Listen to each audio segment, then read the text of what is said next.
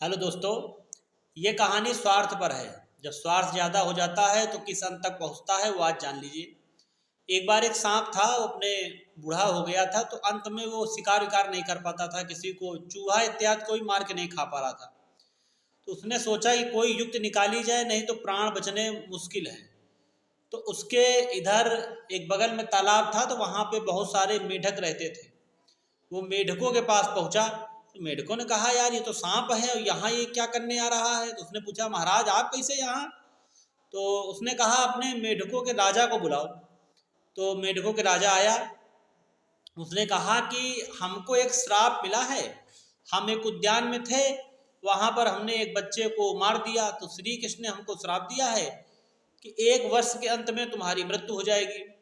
तो मेढक के राजा ने कहा कि महाराज आप तो मर जाएंगे 1 साल में, तो क्या किया जाए आपके लिए। उसने कहा, एक उपाय बताया है उन्होंने। तो उन्होंने कहा, क्या उपाय बताया। उन्होंने कहा, अगर मैं मेढकों के पीठ पर सवारी करूं तो मैं 1 साल से ऊपर जीऊँगा और आपका भी बड़ा पुण्य हो जाएगा, मेरे प्राण बचा लेंगे। बहला फुसला लिया। मेढकों के राजा ने सोचा कि चलो अच्छा अपने मेढकों से बात की जाए। तो मेढकों जब उसने बात की तो मेढकों ने हाँ में हाँ मिला दी। कहना, अरे भगवान का श्राप है, हम लोग कम से कम श्राप को खत्म करेंगे। बोले ठीक। अब क्या किया, रोज वो सुबह निकलता, सभी मेढकों के पीठ पर बैठकर और धीरे धीरे जाता। अब मेढक भी बड़े खुश कि अरे वाह, हम तो सांप को सवारी करा रहे हैं, मतलब इतना बड़ा नाम हो रहा हमारा। और धीरे से वो एक मेढक पीछे से खा जाता।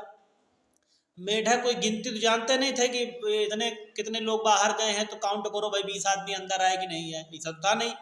तो रोज एक मेढक को खा जाए। धीरे धीरे जब मेढक कम हुए तो मेढकों के राजा को लगा, यार कुछ तो गड़बड़ है, मतलब मेढक खत्म हो रहे हैं, समाप्त हो रहे हैं। तो भाई मेढकों से पूछा उसने, यार क्या बात हो गई, ये मेढक कैसे जल्दी जल्दी खत्म हो रहे हैं। तो तब आ गया वो सांप। उसने कहा, अरे महाराज वो आपका इतना कीर्ति यश फैल रहा है कि सब मेढक दूर दूर जाके आपका यशगान कर रहे हैं, कीर्ति कर रहे हैं, मतलब बिल्कुल आपका जलवा है। और इसी अपने जलवे के स्वार्थ में आ गया वो मेढक। उसने सोचा कि यार मेरा यशगान हो रहा है, मेरा स्वार्थ हो रहा है, मतलब मेरा नाम हो रहा है। तो उसने कहा, ठीक है आप सवारी करते रहो। धीरे धीरे सवारी करते करते करते करते वो एक एक मेढक को खा गया। उसने एक मेढक नहीं छोड़ा। अंत में जब मेढक का राजा ही बचा तो उसने सांप से कहा, अरे महाराज एक भी मेढक नहीं बचा क्या, सब यशगान करने चले गए। तो उसने कहा, महाराज आप भी चिंता ना करो, जहां वो सारे मेढक गए हैं वहीं पर मैं आपको पहुंचा दूंगा, आप चिंता ना करो।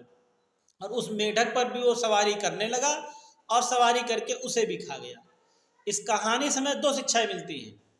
पहली शिक्षा मिलती है सरवाइव की। अगर हमको आवश्यकता पड़ रही है सरवाइव करने की किसी भी परिस्थिति में, तो उसमें ढलना आना चाहिए, जैसे सांप ने किया।